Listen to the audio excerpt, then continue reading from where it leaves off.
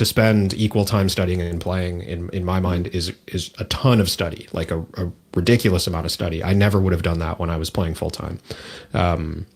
So to do what I'm doing for them, like for a couple of years, I can really feel the muscle that wants to like make reads and make assumptions about what's happening at the table and ridiculous amount of judgment. I never would have done that when I was playing full time. This is what I was good at as a player, and I think so like all the great players to do what I of the past and today are still making just a lot of judgment calls in the moment that are based on experience at the tables.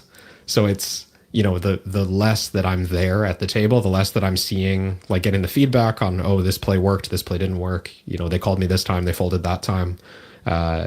They made a thin value bet here for this size. They made a bluff there for that size. If I'm not seeing all that and internalizing it, I'm just making bad reads. That's the part that I miss. I mean, my solution is just, don't make those judgments as if I know what I'm talking about. Like I try to just stay in my lane when it comes to what I know and what I don't know. But if I was to sit down and play right now, that's the thing I would feel like I'm struggling with the most, is just being like in tune with what's actually happening. This is very interesting because we already touched on this, but you recently took part in the Cash Game World Championship, and obviously the guys that are participating there are, you could argue, some of the strongest players in the world, right? What was your kind of like decision behind actually like competing in that field instead of kind of like focusing on finding like softer opposition and kind of getting your experience there? I mean, it was kind of, you asked about FOMO earlier, like there was a big element of FOMO in this one. I'll be honest. Like I had heard for the last 6 months or so that an event like this was going to happen. I didn't know when, and I didn't know if I'd be able to participate. But it caught my attention just because of the format. Like it's heads up cash, it's high profile, it's tournament style against very good players. It was not strictly an EV decision, but I do think that I'm like, I didn't, have any delusions of being a heavy favorite with very little practice and very little like recent history. But there's things I think that I'm better at than like the modern, let's say a younger, pretty good heads up player from America right now. Yes, I respect their game, and their probably technical game is more precise than mine at the moment, but there's other elements of the game that I think I'm stronger at. And then there was, there's added money, there's a tournament dynamic. I think that like I've played this type of format before. I mentioned the Legend Showdown for Run It Once. My experience in that event was that heads up cash players don't understand the tournament dynamic very well or at all. And there's actually a pretty, it's just very important. There's a lot of money on the side. Everybody put up, for anyone who doesn't know the format, like there were 12 players. Everybody put up 10K to the prize pool, and then we also play but we play for real cash. But one buy-in is $10,000 in the cash game, and there's now 120,000, which was boosted by 50%, so 180,000 in the prize pool. There's like this massive, almost 20 buy-ins of EV like sitting on the side for tournament dynamics, and you're playing, the most you can lose in one hand is 100 or 200 big blinds. Pretty major importance. So I did think there'd be some edge, but honestly, it was just like, oh, what a cool format. I just want to play. I can make time. I can justify making time, from my coaching business, from other things that I'm working on, because this just sounds like a great event. Yeah. And, obviously, unfortunately, you're not in the finals, but how would you rate your own performance in the event? That's a good question. I was, in the moment, like while I was playing, I was pretty hard on myself. Like, rust definitely came through. There were certain spots that I would even catch them like mid-hand, like even mid-hand, I'm just like, I can feel that slight lack of sharpness. Where as a hand's progressing, I'm like, I think I'm catching a mistake from earlier in the hand already. And that's not the place you want to be when you're playing, right? Like you don't want to be second guessing. So there was some of that, which was hard. But there were also these moments of just like, oh, I nailed it. Like there were lots of little moments of, oh, I actually picked up something on my opponent and I'm actually taking advantage of it, which is such a satisfying, like for anyone who hasn't played Heads Up, it's such a good feeling to be inside your opponent's head and make the right decision. Like that's not a pure theory play, you know, like it's so good. But you know, it's tough to, I think in the end I lost like 5 or 6 buy-ins, across the first 2 weeks. And then I didn't move on to the semifinals. I was happy with like where I stood by the end of those 2 weeks. You know, I felt like, oh, if we kept playing this for the next month, you know, I wouldn't be doing bad. Like I'd probably, if this format just extended, you know, and we kept playing, like I'd feel good about where I stand in this group, which was nice. But definitely there were some challenges as we went. Yeah, fair enough. And when you got to know who you were facing, your opponents were C Llama and Friends Call Me Mark. What did you think of the draw? Had you played with any of them before? No experience with either of them. I had some loose impressions of what type of game they would play. My understanding going in was that C Llama is an experienced Heads Up player online and a private cash game player, younger guy. So I was expecting him to just have like a strong solver based, Heads Up strategy, which was accurate. He also had some flair to his game and some personality, which was, I guess with the private cash, background, I should have expected that. But yeah, he was very tough, like super, super strong player. I think he's in the finals now, if I'm not mistaken. And deservingly so. I thought he was the strongest player in that group. Friends Call Me Mark. We were calling him Gonzo. I think he goes by Gonzo on ACR or some variation of that. I had no experience with him before. I pieced some things together about what his background was. I think more of a 6max player, but still plenty of Heads Up experience as well. So again, I just kind of assumed, for him, and I don't know how accurate this was. I actually found that some of my reads on this were wrong about halfway through the match, but I had some assumptions about, you're coming from 6max. You maybe have those habits that I've seen in a lot of 6max players when they try to play Heads Up. So I took some liberties with changing my strategy against him that I would normally do against, a 6max convert, I guess, and less of a long-time specialist who's like dialed into Heads Up strategy. Yeah. So going into the Cash Game World Championship, what was, let's call it your game plan for going into the event? Did you kind of spend some additional time preparing for, specifically these opponents, or were you kind of confident in your baseline abilities as is? It was more the latter. I mean, I knew I was making, I was taking a risk by, joining without extensive preparation. But I was coming off of a long trip to Asia. I was away from home for, honestly, like 6 weeks, but at least the previous 4 weeks leading up to the championship. So I just knew and I accepted that I wasn't going to be super prepped. But I did a little bit like in the week leading up and in particular the couple of days leading up to getting started, I just kind of refreshed my database of drills that I like to practice. I refreshed just to make sure that the format that we were about to play was, no rake, 100 big blinds, with the option to play deeper. Nobody ended up resetting stacks in my group. So, practicing some 100 big blind plus no rake ranges was helpful, just like the pre-flop ranges. But I didn't do the extensive detail oriented training that I would have liked to do if I had more lead time to prepare. But I just, in my mind, my skill was going to be making pretty good river decisions once I get there.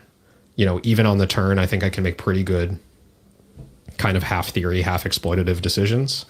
So I really just wanted to brush up my pre-flop play and my flop play and just get like the routine stuff ingrained again. And I think I did a good job at that. Nice. All right, and given the unique structure of the event, you already mentioned kind of the sort of the tournament aspect of it all.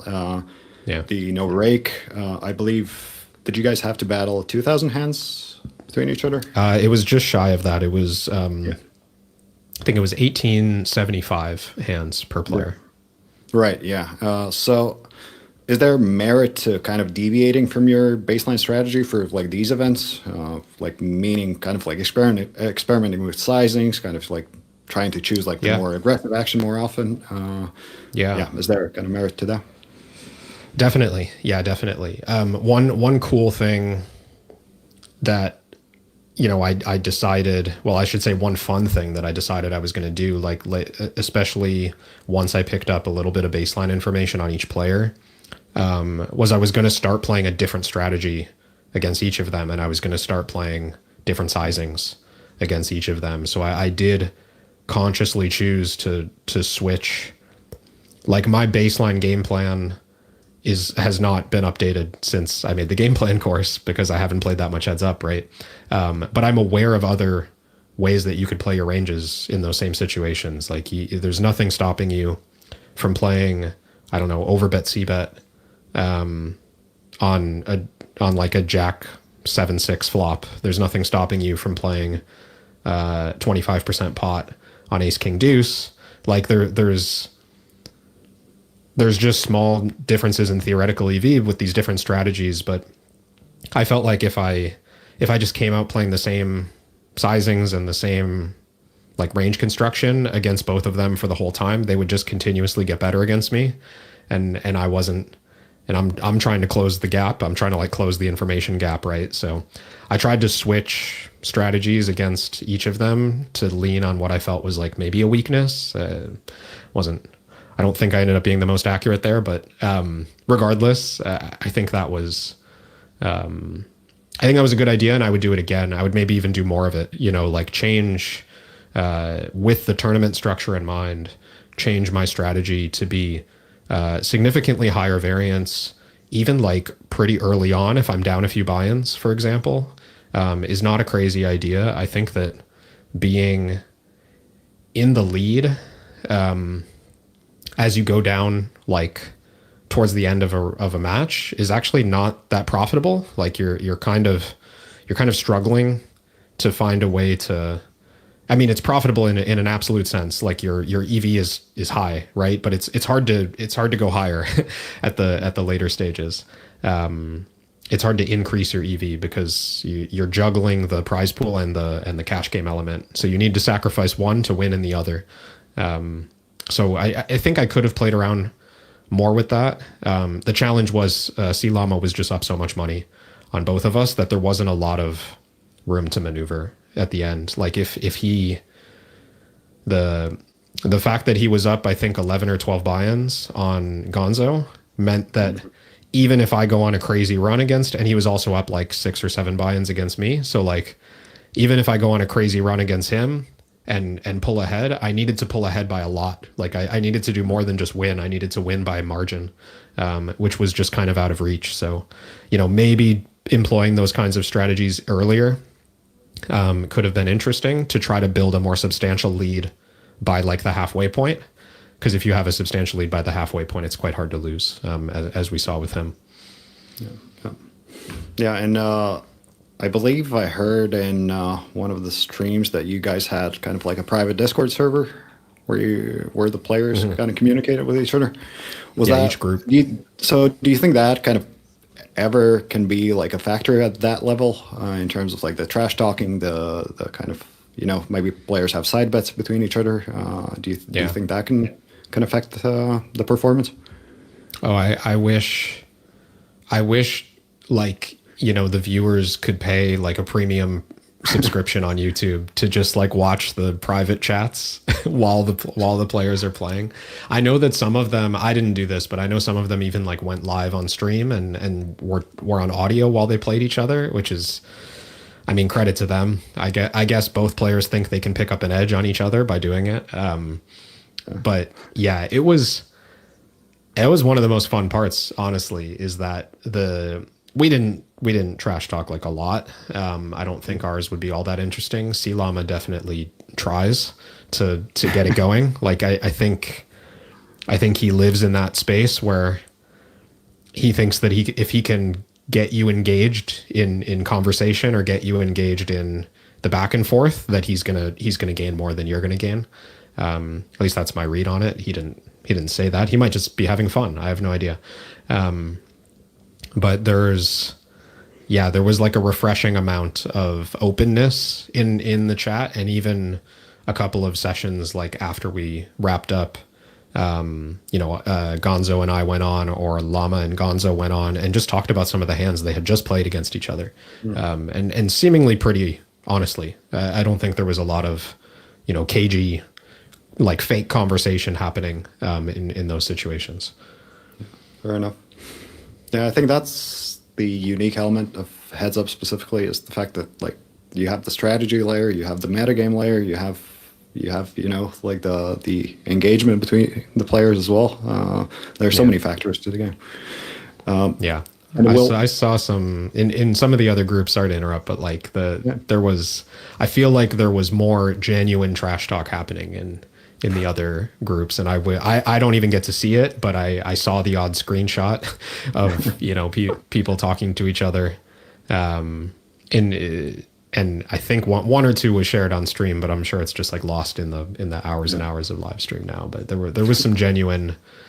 There are some matches that still, I think, happen out of like actual dislike for each other. I think some of these matches exist, outside of the challenge, simply because the two people don't like each other, which is like, that's great. I love it. Yeah, that's awesome. Okay, we'll in the next segment we'll review 3 of the hands that you played. But before we do that, we have a question from the chat. Siders asks, do you think that Prodigy is the best heads-up player currently in the game? And what is kind of your overall feel on like who are like the top dogs in heads-up no limit cash games? So, I mean, it's hard. It is hard for me to judge because I haven't played a lot of sample against anyone in particular. So what I'll say is kind of what I've heard from other people who I think would know better than I would.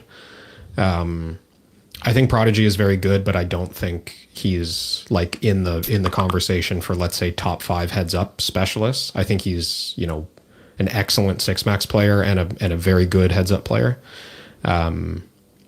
Again, just kind of my read. I haven't played a hand against him heads up, but I've observed a few matches, and I have a sense of who plays against who.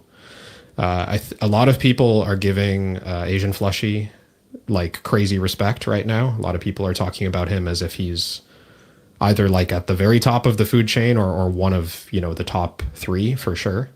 Same with Kaihan Mockery, I think. A lot of respect for him. I think for sure one of the best. And beyond that, it's tricky. Like Linus is still battling everyone, but I think his results lately are not that strong. Barry Sweet is always in the conversation as just like an insanely talented player who I have no idea what their results are or even who they are. And same with, the players who don't play as much, it's hard to make judgments. Like the people who kind of come in and out like True Teller, could he possibly be one of the best right now? I mean, I don't know how much he plays. Like, Kaihan, I think Kaihan and him played a fair bit, and I would guess Kaihan was the favorite there. But I didn't watch the match, and I don't know how much True Teller's playing outside of those kind of super high stakes setups, right? Am I missing anyone obvious? I don't think I. No, I don't. I think you covered them. Oh, I guess there's like, I mean, another group that I used to hear talked about as like, I say group, I mean, they play independently now, but players who are kind of friendly and used to study together. I know like Button Clicker, at some point maybe was or still is one of the best. Flying Llama from Stars is, also in the conversation, I think, for one of the best, but it's just the battling seems to be happening. Well, they're actually those two are involved in the battling. So that's where my inexperience comes in. I don't really know that they're willing to play some of those guys, but maybe they're not playing so much against others. You know, Flushy and Kaihan seem to play literally everybody. So I naturally I'm inclined to give more respect to those two, unless they're getting torched, and I don't think they are. I'm pretty sure they're doing well. So yeah, maybe more credit to those two. Yeah, we'll kind of transition into the hands segment now, while Andy is pulling that up. Yeah, let's maybe cover so our coach, Nuno Alvarez, who is also a heads-up player, he kind of often says that a large part of like heads-up players' win rate and volume in general comes from Regbattling, which obviously I would say for a lot of Six Max players, what maybe seems counterintuitive. Why would you kind of battle players who are at the same skill level? It being a zero-sum or a negative-sum game, that kind of doesn't make sense. But yeah, would you, for players who are kind of like in that, let's say, low and mid stakes, would you kind of advise people to engage in these reg battles, or just kind of try to steer clear of that and then try to gain your win rate by playing weaker opposition? Yeah, I feel pretty strongly that you should be reg battling.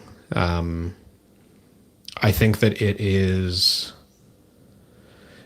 just really tough to stay in the game if you're not reg battling. I think what I've seen over the years is that players, you know, the more you restrict yourself from saying, oh, well, I don't play players above this stake or above this skill level or whatever, like on that site because of the rake, the more you kind of draw those limits around yourself, the more closed in you get in terms of your game options going forward. So like the years go by and there's more and more people you're not playing, and there's more and more stakes that you're not playing, and you're dropping in stakes because those players are willing to come down over time as well, right? So I think if you don't challenge yourself and establish, you know, a neutral or positive win rate against the other competitors in that pool, then you're just kind of you're accepting the decline. Like you've just decided, okay, I'm going to fade out over time. That's what's going to happen.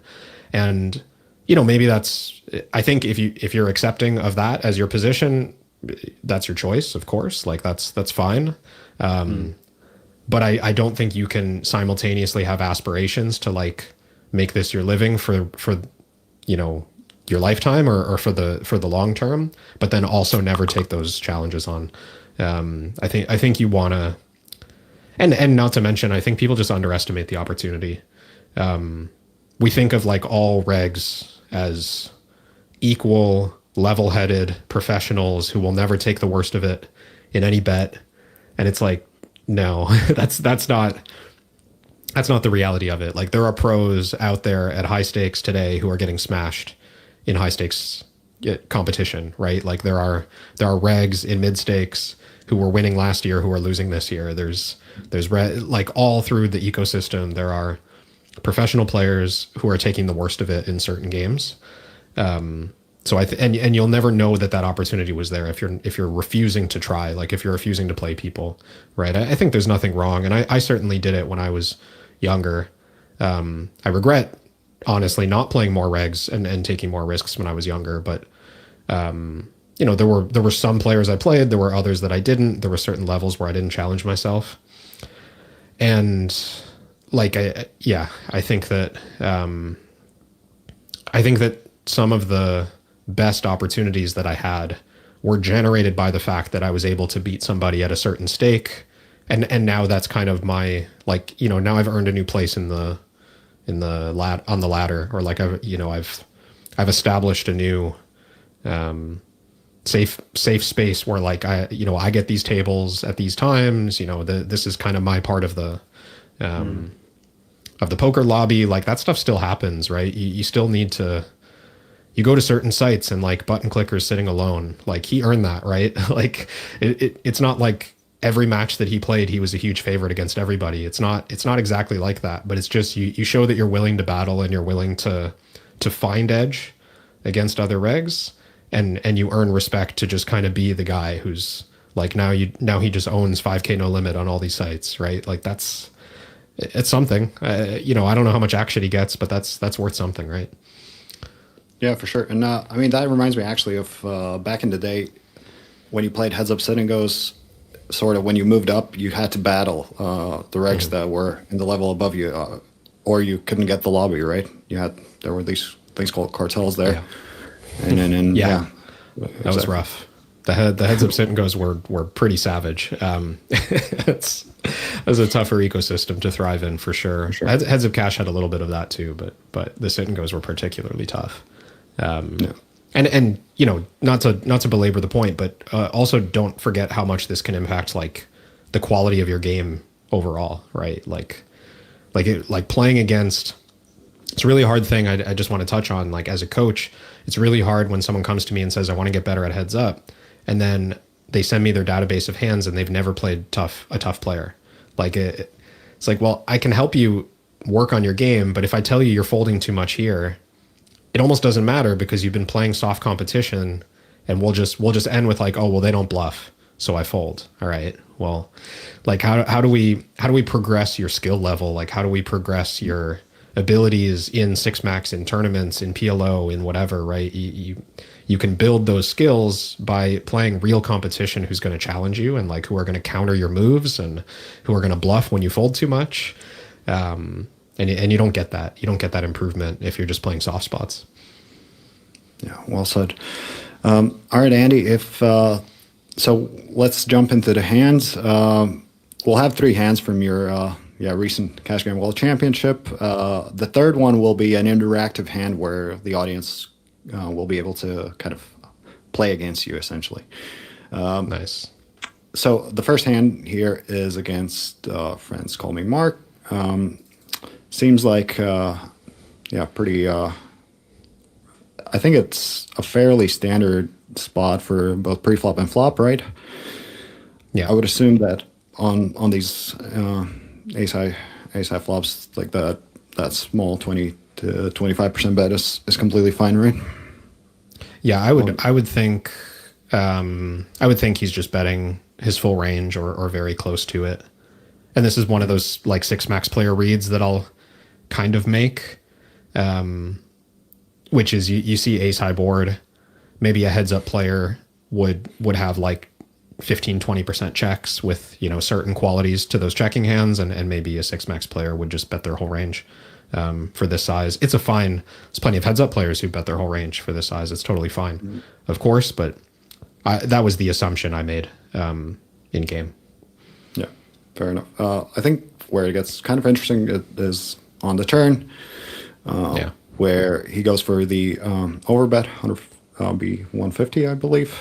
Can you kind of share your thoughts on like what goes through your mind when you see that bet from him?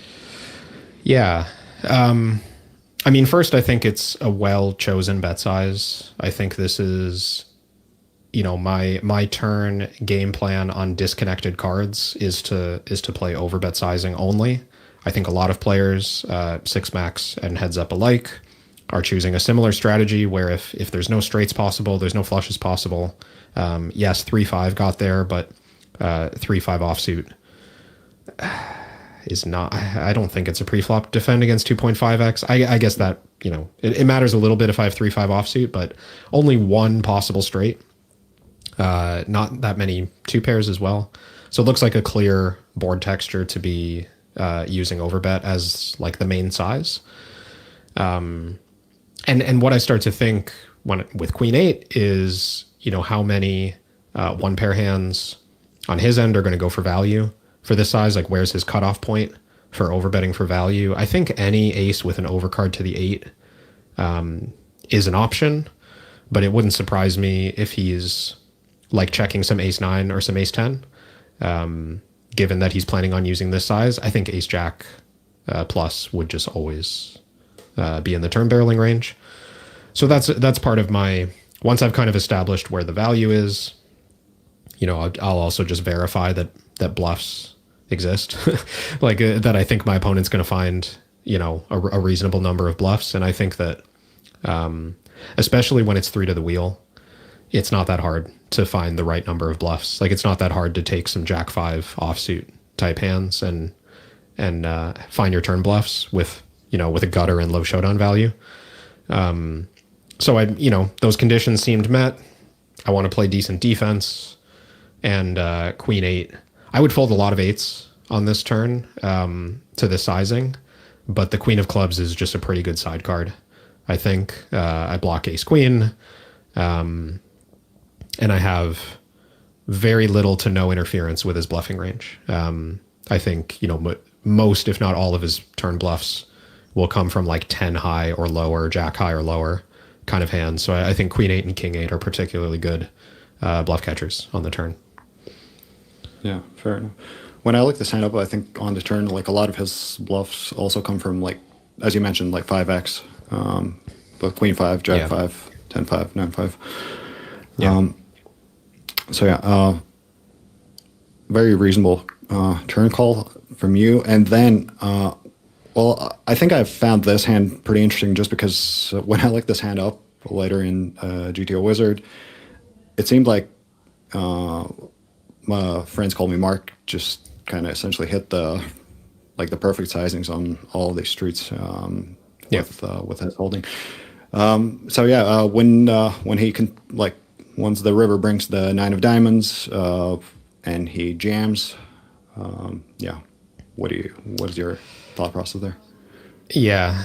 I mean, it's like,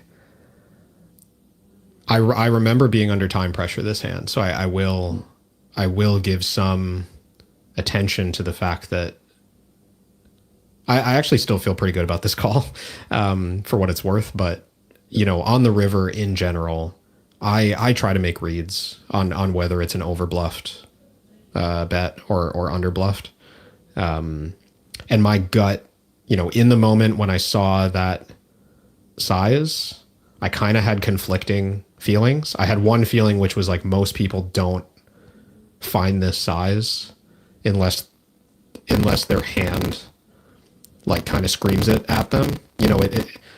By that I mean, like, it's hard to remember that all in is the size unless you have an unbeatable hand.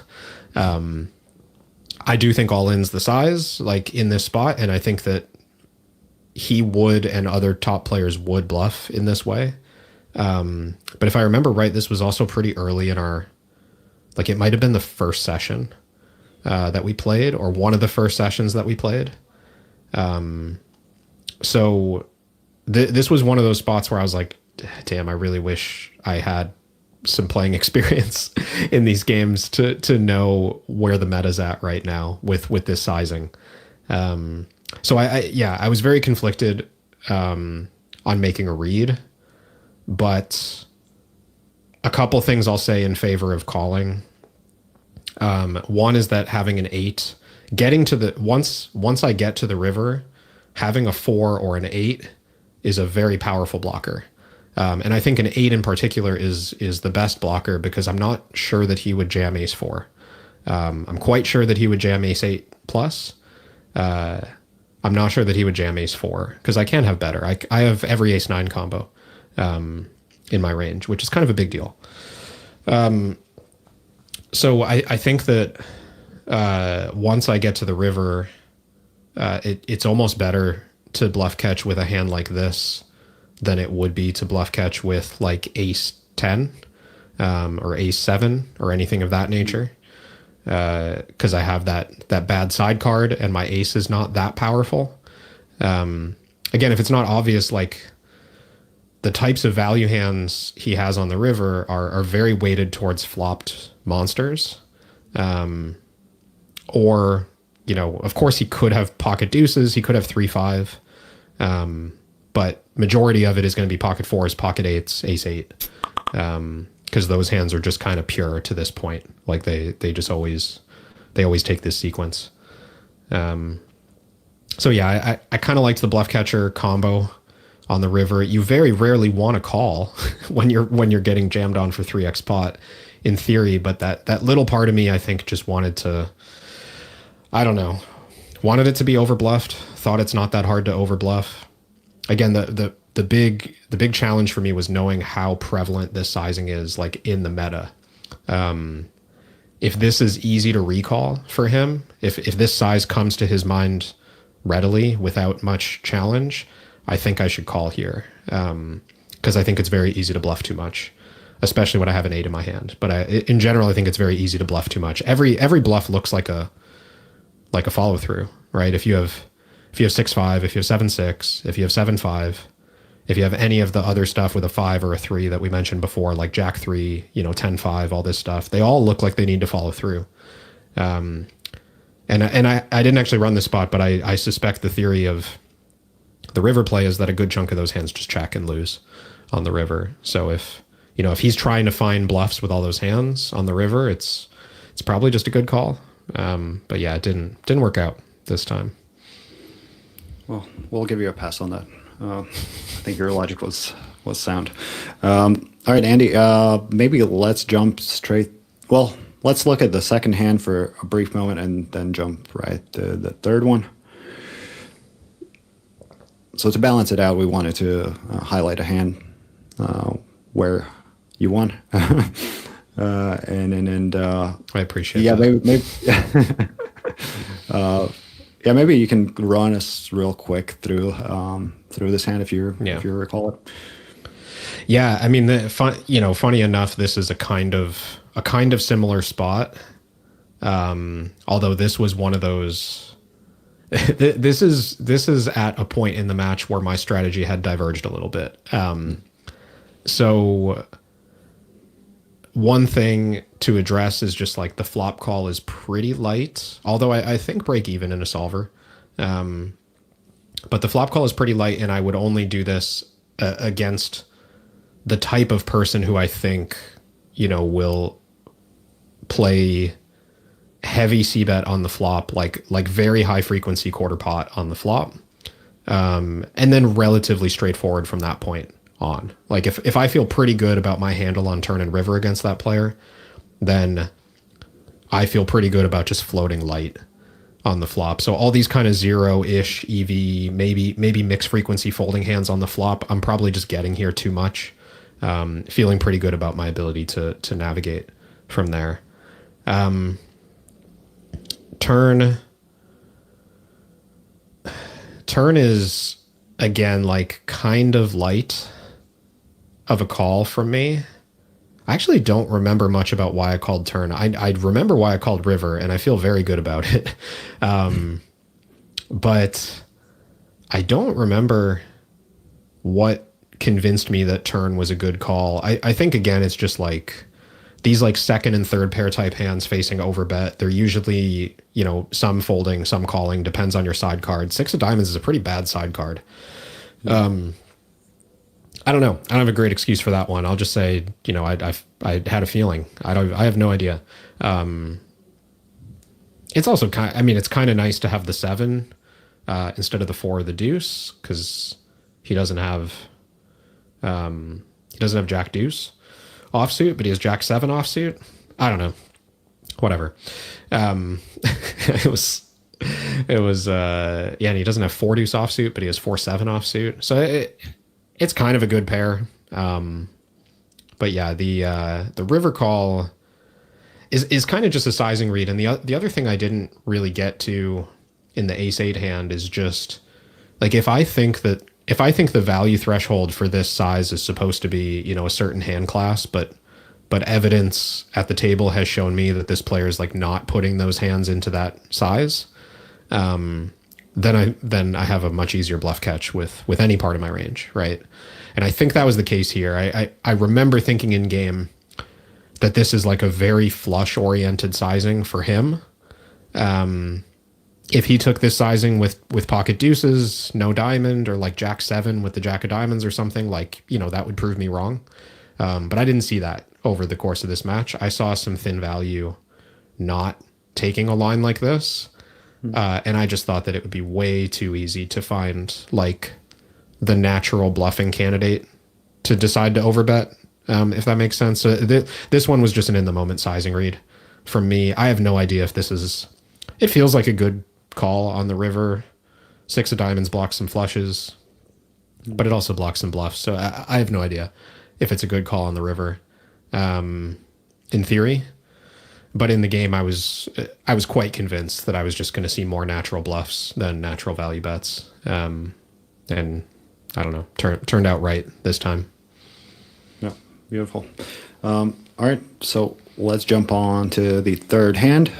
This one will use a platform that we've used quite a bit called Mentai. For the audience members, simply scan the QR code or go to mentai.com and enter the code 37267105, and then you'll be able to participate in the interactive section of the hand review, where you'll be in the shoes of one of the opponents of Kevin's. So yeah, Andy has prepared some questions here, but yeah, I think we can just move on to the hand.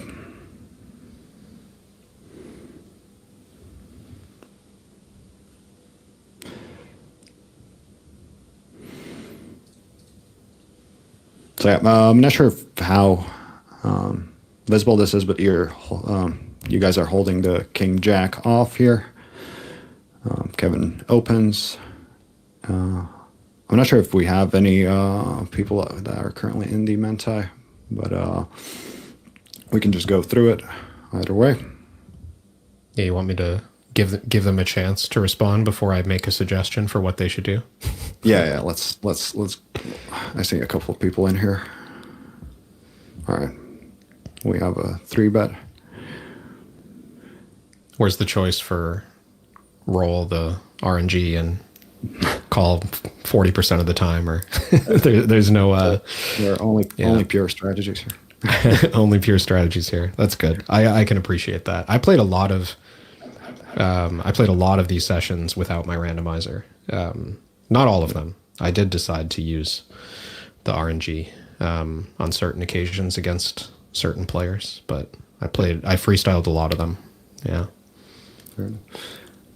There seems to be a lot of people kind of leaning towards the 3-bet here. Yeah. I think I would personally probably go with the call in most situations. But yeah, as you said, I think this is a mixed spot, right? Yeah. For 100 big blinds, I think it's mostly 3-bet. It might be like dead 50-50. But it's definitely a mix, and it's definitely, for 100 big blinds, very reasonable to 3-bet. As soon as you start to get deep, you want to stop 3-betting hands like that, more often than not. Yep. Yeah, we 3-bet to 10 big blinds, and Kevin calls. The flop is ace-4 deuce with the spade flush draw. Would you guys c-bet here? With the c-bet sizings here as well, we could have offered kind of a wider variety of sizings. But yeah. Yeah, these are pretty good choices. I think that, in personal preference for game planning, I would go more towards like the 2-street geometric than the B75 as a big size option. Because then you could build a strategy on a board like this where you're checking like all of your pocket kings and queens and jacks and those kind of hands that don't really benefit. But you could take, ace jack plus and bet like whatever it is, 2,400 on the flop and get all in by the turn quite easily. So that's a valid option, but I can see the viewers choosing the most common and probably the best strategy of small bet, with almost everything. Yeah, exactly. And our opponent does just that, or Kevin's opponent. Kevin calls. Turn is the 5 of clubs. Once again, we have these 3 options here, B66, B100, or a check. I remember this hand now. Nice selection. Good work, team. That was a good one. I also think that, maybe not with this hand, but I see some players using small turn bet in these situations, which is an interesting idea. Imagine you have like pocket nines, pocket eights, 5-6 suited, like those kind of hands, maybe even like ace-8 suited. You might want to go B30 again with those hands. I have seen strategies like that on like the 1 high card, 3 low card texture. But I mean, I'm going to have so many ace-X hands on the button. You probably don't want to continue to build the pot on an ace-high board. Maybe that works on like king-high or queen-high. Yeah. All right. We see mostly checks here. I think we can proceed. So yeah, Kevin's opponent decides to barrel. It's a surprising pot size bet. I will say, it is a surprising pot size bet. This was part of Llama's game. GTO approved. Yeah. It did. You said it did appear to be GTO.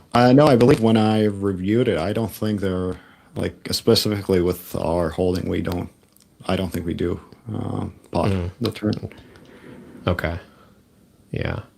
I have a guess as to what qualities he's seeing with this hand. Like I think that one nice thing about having the king and the jack is he's like card matching his strong value. Like he's representing ace king mostly. I guess could take ace jack for this size as well, because I don't have that many like offsuit aces that interact with the wheel. But I think he's also noting that he has 0 spades and 0 diamonds in his hand and thinking that he's just going to generate a lot of folds on the turn against my like backdoor flush draw floats. But it felt ambitious with king high to try and fold me off of like different king high, you know, or queen high or whatever. Checking does feel like the more natural play on the turn. Yeah, the river pairs the 4. We see mostly checks here from the audience. Yeah, king jack can still be the winner right now, right? Like flush draw missed, low open ender missed. I could have 6-7 suited. I could have any 2 spades. And, you know, bit of foreshadowing. Yeah, as we see, we do check. Kevin jams for 5.2K. And Andy prepared these questions. Is Kevin bluffing enough here? And the options that we have here is we fold thinking that Kevin is a net, or we call. Yeah.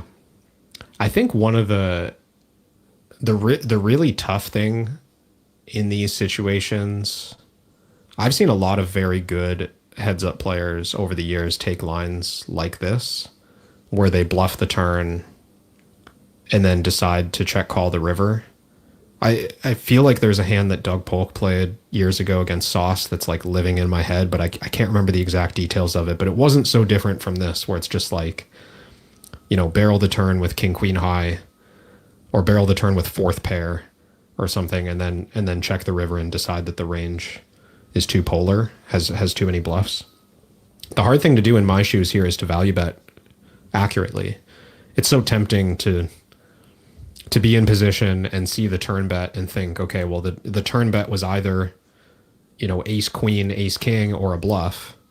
So now that he's checked the river, what's the point in betting with anything less than, you know, ace queen or ace king, right? It's hard to, but I think if you take that logic, then you end up bluffing too much with all the missed flush draws, all the missed straight draws you could have.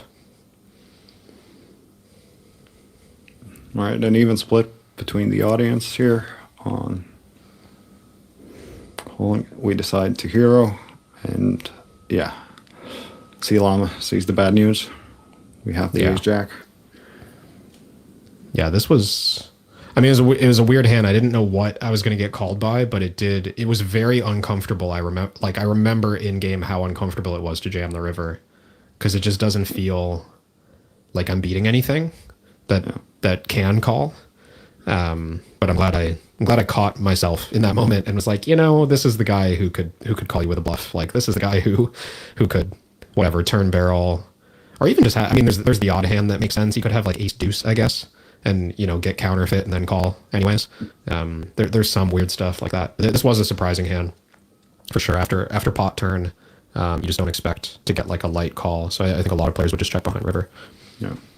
Does the SPR play a part in on the river? Oh yeah, of course. I mean, it's just a really good price for Llama. He's getting 3-1. It's not far fetched, especially with how much flowing he's seen me doing on flops. Not to mention in the no rake environment, we call pretty loose pre-flop. So I'm gonna have basically any suited hand, for sure any suited hand with 2 overs to the 5 are just in my range, like getting to the river. So if I don't check back river with enough, whatever, king 7 of spades, like queen 9 of spades, all these hands, I'm definitely going to bluff too much for the price, like for when laying 3-1, and I think that's what he's betting on. He's betting on sometimes I'm going to show down the loser, like he's going to have king jack high and win against my whatever queen jack of spades or king 7 of spades, but he's also going to pick off a bluff when I have 6-7 of diamonds or 8-6 of spades or 8-9 of spades or whatever. Yeah. All right. Awesome. This was fun, Kevin. I know we're approaching the hour here, but we wanted to touch on our Heads Up Week, which once is currently running, where your course is a huge part of that, and it's currently 20% off, similar to Phil's This BLO. But yeah, I wanted to kind of transition into that, because I think not many people actually realize that the game plan is not a course that is kind of only about how to study and kind of how to set up your game plan, but it's a pretty powerful resource for heads up players specifically. If there is a person in our audience currently that is kind of not familiar with the game plan, can you quickly give us an overview on what to expect from the course? Yeah, of course. So the course was made at a time when I was doing a lot of private coaching and helping a lot of players kind of get better in the modern era. So players who, maybe aren't the strongest with using solvers, or who have hit roadblocks in their studying in some way, or just don't have great organization over like what it is they're trying to accomplish as a poker player. So I had worked with a lot of individuals on that, and I just kind of formulated it into the backbone of that course, right? So helping people use all the different tools or all the different study techniques that have been successful for me and for my students. But as you said, the game planning part of the course, the design application of like, well, here's all the study that I'm doing. How do I use it? How do I implement it? Like where does it go in my actual poker game? That was all designed around Heads Up Cash. So I put together a relatively complete game plan for playing 100 big blind Heads Up Cash. And it's just baked into the second half, let's say, of this course. So there's a good deal of, simplified bet sizing strategies, of training drill recommendations for learning those bet sizing strategies, and some detail oriented stuff around like what a good heads up no limit database would look like, or what type of study would be most effective for improving your heads up game. So there's a great deal of value, as you said, for heads up players or for players who are trying to improve their heads up format. And who do you think is the kind of your target audience with the game plan course? If, for example, if I was a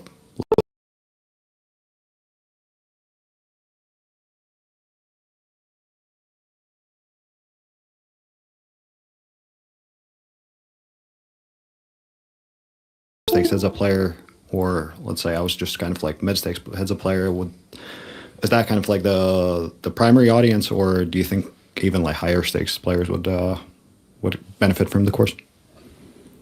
So, I mean, I think it can. I have seen it apply to players at all stake levels. I think it has more to do with where you're at in your in kind of your learning process, or how independent you are as someone who like works on your game and improves your game. I've kind of pitched it to students in the past as a way to get over the plateau of like, I just can't seem to, I've hit a wall in my progress, right, in some way. And obviously, if you're a very high stakes player and you've been using PioSolver for years and you're very comfortable running custom aggregate reports and analyzing your database, well, then no, this course is probably not for you. But anything shy of that, anything where you feel like, oh, I could just use someone's assistance on being more effective in Poker Tracker, being more effective in PioSolver, being more effective with GTO Wizard, with some of the updated videos that I did later. Just any kind of structural improvements to study and structural improvements to heads up format. I mean, when I think about what game type it would help the most, like probably an online cash player would benefit the most, especially if you're sometimes starting games, sometimes, closing out games as they break down. But that could apply to live cash as well. It's just, it's just about formulating a more structured approach to whatever format you're playing. And that definitely translates the most naturally to a 100 big blind cash player. Yeah, fair. And so do you think the lessons in the game plan still apply in 2026? And are there any kind of things that you think have kind of come into play since releasing the course? Yeah, there's parts of it. The overall messaging, the overall approach, I think, to the game is exactly the way I still think about studying, about blending theory with practice, about utilizing drills, about analyzing databases. This is all still perfectly relevant. The techniques are changing quickly. That's like the big, and that's the reason that I updated the course with a few videos in 2023. Yep. When I kind of introduced like what was changing about my approach to study, and things have continued to move in that direction, right? Like it's faster and easier to spot check things with high quality inputs. So when I made the course, I think I was pretty diligent about setting up the correct parameters in PioSolver and running reports with kind of the correct structure to make everything work. And GTO Wizard and other tools have just kind of made that process like way more streamlined and way more integrated, where it's just not really, you don't need to think that hard about it anymore. So it's easier to do some of the stuff that I'm suggesting in the course now versus 4 years ago. So I would say for the most part, it's just the techniques and the particular tools that you're using that are different. But the content, I still stand behind. I think like the reasoning behind why I'm doing things a certain way has not changed at all. Yeah. Okay. And we have a question here about how do you structure your study routine in 2026, or how do your students kind of, especially when it comes down to heads up, how do they study? Yeah. I put a lot of emphasis on training. So GTO trainers, training drills, getting feedback, basically. I put a lot of emphasis on this. And I think it's especially helpful for players with limited time or limited ability to sit down and focus on their studies in like the classic, textbook sort of way. I think it's very important to just fit whatever version of study you can into your lifestyle, into your routine, or the way your brain works, right? And just kind of get your reps. And I've found the most seamless entry point for a lot of people is to just play training drills of some kind. So a big chunk of my study recommendations, and also, I was talking about how I prepared for the coin poker championships, is the same thing. It was like, well, I'm short on time. I know this is going to be effective. I'm just going to hit the trainer and get more accurate in the stuff that's going to show up a lot. But I still think that like it's a great time for learning poker. Like the quality and the quantity of content and tools and coaching is like better than ever, in my opinion. So I wouldn't, just narrow in on saying if you're not training, you're not like studying in the modern way or whatever. I think that like poker content on YouTube is getting better quality. I think poker content across all platforms is getting better. Just like the quality of teaching that's happening and integrating that into different live streams and stuff, like all of that is great. So I don't think you can really go wrong if you're like engaged with poker. But certainly if someone out there has not tried any version of a GTO trainer before, I would say like number one thing to add to your study routine. Okay. And yeah, just to kind of add to your point, I also agree, and I think that we are in a pretty exciting time in poker in general. I know some people might not share the same opinion, but it just kind of feels like there's a lot going on in terms of like the activity from, well, both there's some competition in the online sphere, like between the sites, and the live scene as well as active as ever. Yeah. A couple of final questions here. What are some of the most common mistakes you see players make, especially the players that you coach, and especially when it comes down to heads-up poker specifically? Yeah. So, I mean, I think this is kind of like a high-level answer, I guess, but a very common mistake, sort of like almost in mental game approach, is this like tendency towards storytelling that I think can be very pervasive and problematic if you're not aware that you're doing it. We talk a lot. I talk a lot with my students about finding exploits, about deviating from the solver, about how to use your judgment to make good calls on the river or to make good folds or whatever, to take aggressive lines that you normally wouldn't take. But as players move in that direction, because I think this is kind of I bring it up because I think it's kind of a cultural thing, that it's sort of trendy to be anti-GTO, and like it's sort of and I'm for it. Like I think that doubting the solutions or like questioning what you're seeing is an important part of getting better.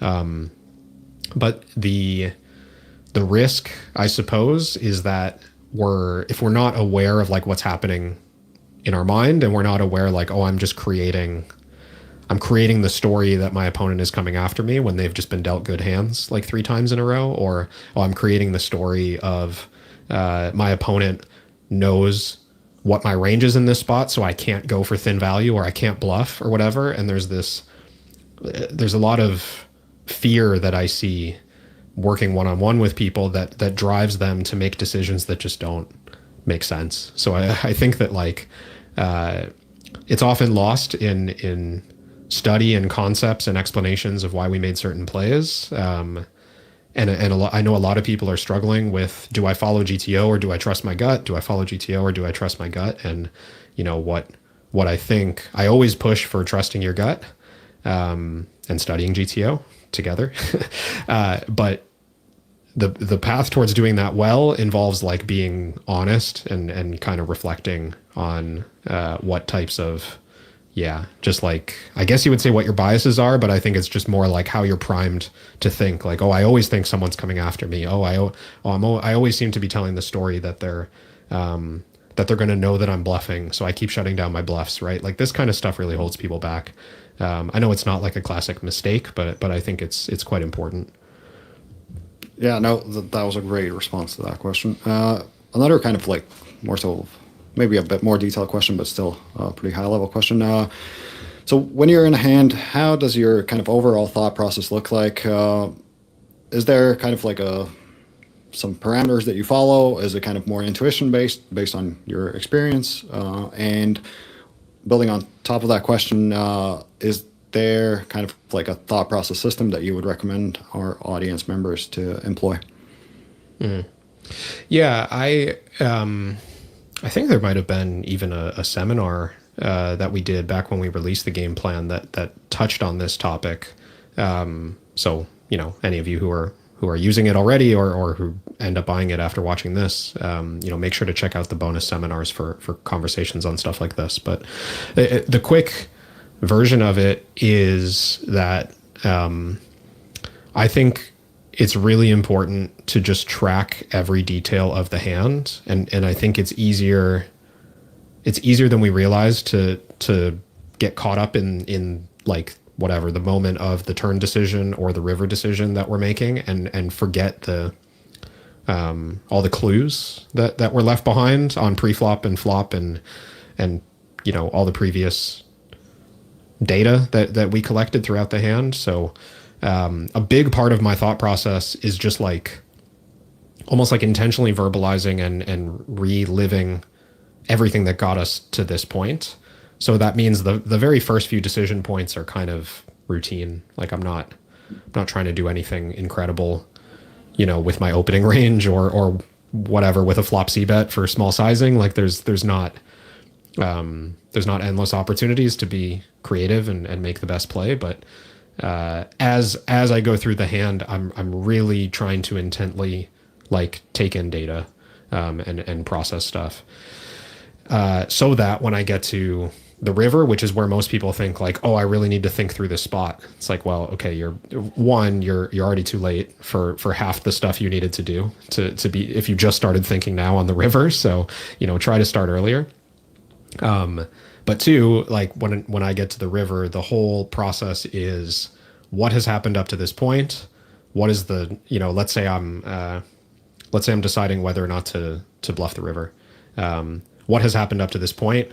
Does that, and just kind of let that information settle and try to decide, does that lead to this being a profitable bluff spot? Like that's question number one, right? Because the whole goal of putting that in front is if I have a positive EV bluff right now in this hand, I'm taking it, end of story. There's no other things to think about, right? Like, or if this is a negative EV bluff in this moment because of all the data, I'm not taking it, end of story. There's nothing else to think about. I only want to go into the theoretical details of my choice once I've decided I'm indifferent about making the bluff or not, or making the call or whatever it is, right? So I think that's really important to just, I don't like a big 20-step checklist to try and juggle. I don't have a more detailed process than that. It's really just make sure that you're trying to make the best EV decision first. And only if you're not sure about that, then move on to, okay, well, what does my range look like? What are the blockers? Maybe I can find the best theoretical play based on my study, based on my recall of the spot, and then I'll make that play. And if I really need to, I'll randomize. I'd try to save that for like absolute last, randomize only if necessary. But yeah, that's the sequence. Oh, excellent. All right, we'll finish it off with one of the questions here from the audience. If you could give your younger self one brutally honest piece of advice about your poker career, what would it be? Oh man, I'm immediately going back to our conversation about battling regs, and like pushing myself. I'll just go with that because I think it's fairly brutally honest. I think I would go back and tell myself to like effectively stop being afraid of losing to good players, or like to stop protecting. I might say like protecting your status by like not taking risks essentially. Like I think that, and probably from an outside point of view, like I took plenty of risks and I challenged myself plenty. I'm not saying that I didn't, but I think by my own standards, like I can tell now, fast forward 10 years, that I could have pushed myself further back then to be a little more willing to lose, be a little more willing to look stupid, like just be a little more willing to put myself in a questionable situation and see what happens. Maybe that's good advice for, the folks out there who are as preparation focused and as measured and balanced as I am naturally. That's kind of where my headspace is pretty level and risk conscious. Not the advice I would give for someone who's a little more risk seeking naturally, or less emotionally grounded than I am. But that was I think that was my struggle when I was younger. I was a little too secure and like I wanted a little too much certainty. And I kind of made decisions that led to a successful path, but limited my upside, which is, that's tough. It's tough looking back and thinking like, oh, what could have been, And I think that is an advice that applies not just for poker. It applies to other avenues of life as well. Yeah. But yeah, Kevin, we'll end on this. I really appreciate you coming on. Really appreciate the hour plus that you spent with us today. And yeah, for those of you guys who didn't hear this before, we are currently running the Heads Up Week at Run It Once, and Kevin's course, The Game Plan, is 20% off during this time. So there's no better time to grab the course. Kevin, once again, a massive thank you from us. Thanks, Emils. Appreciate you running this. Great chatting with you, and thanks everyone who tuned in live.